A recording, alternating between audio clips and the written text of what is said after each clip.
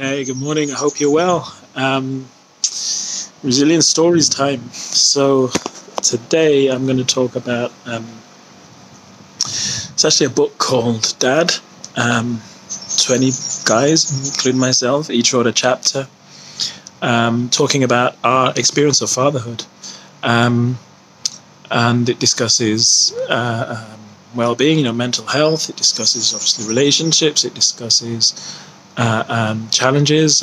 Talks about solo fathers, and a number of other things. And the big thing for me is that the reaction to the book from a couple of years ago has been really humbling, in that all our stories, we're all different. We've all got different versions of what fatherhood based on our own lived experiences.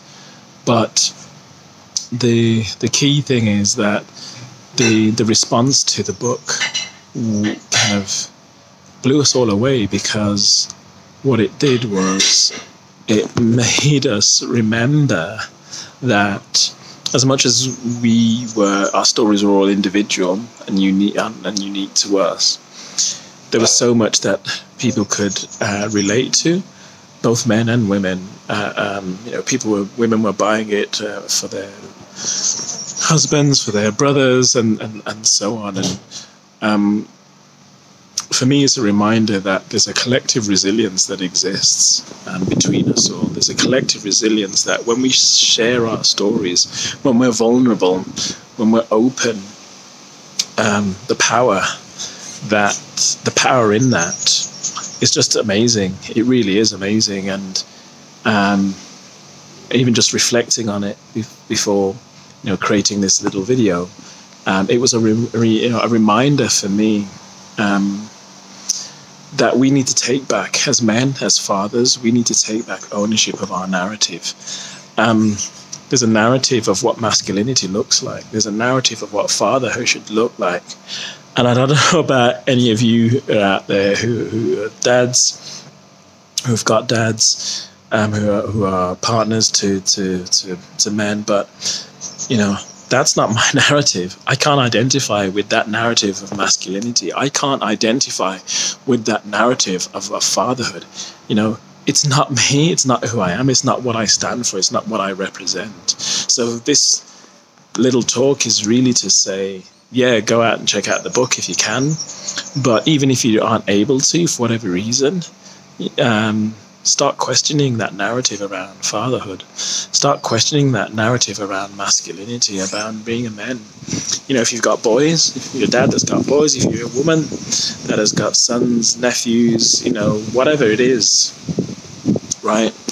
What impact can you have on them when you show them that actually there's a narrative that they're being sold, but that's not a true representation of masculinity. That's not a true representation of fatherhood. That's not a true representation of what it is to be a boy.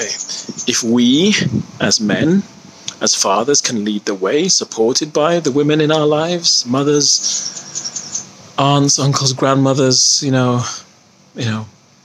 what could we do if we took back that ownership? Because the reality is this: if we don't take it back, it's not going to be given to us. The companies, the social media companies, all the large organizations that just want us to perpetuate that stereotype, they're not there to support us genuinely.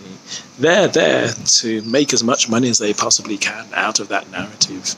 So what are we going to do? What are you going to do? What am I going to do? What are we all going to do? I've got 2 boys. So for me, it's not an option. I've got 2 young boys. And so it's not an option to take ownership of that narrative and show them that there's a different way of being male, masculinity, boyhood, and be that model as much as I possibly can to show them through my own actions. And making videos like this is part of this. And one of the reasons why I started this project was to show my boys that there's a different way. There's a different way to lead and be a man and be masculine, and to be in your masculine energy, than the one that we're being constantly sold. So that's it.